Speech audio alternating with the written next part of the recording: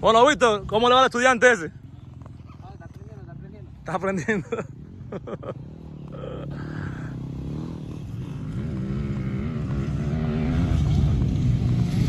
Vamos, vamos.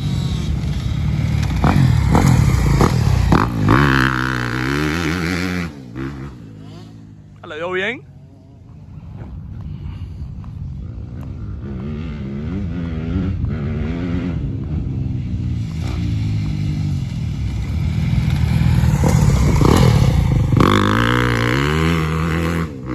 Dice que no. Ahí estoy como siguiendo la clase, soy como más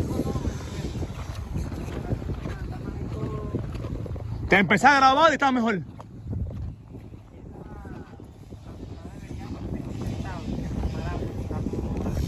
parado, desde ciertas de mi vida.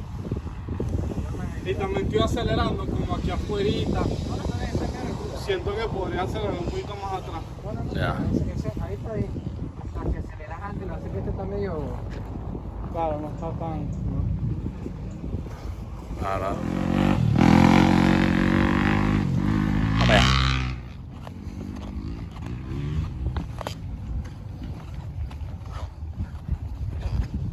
¿Sabes qué deberíamos hacer? Ver a un parrillero, que estamos andando, hasta ahora. Sí, ¿eh?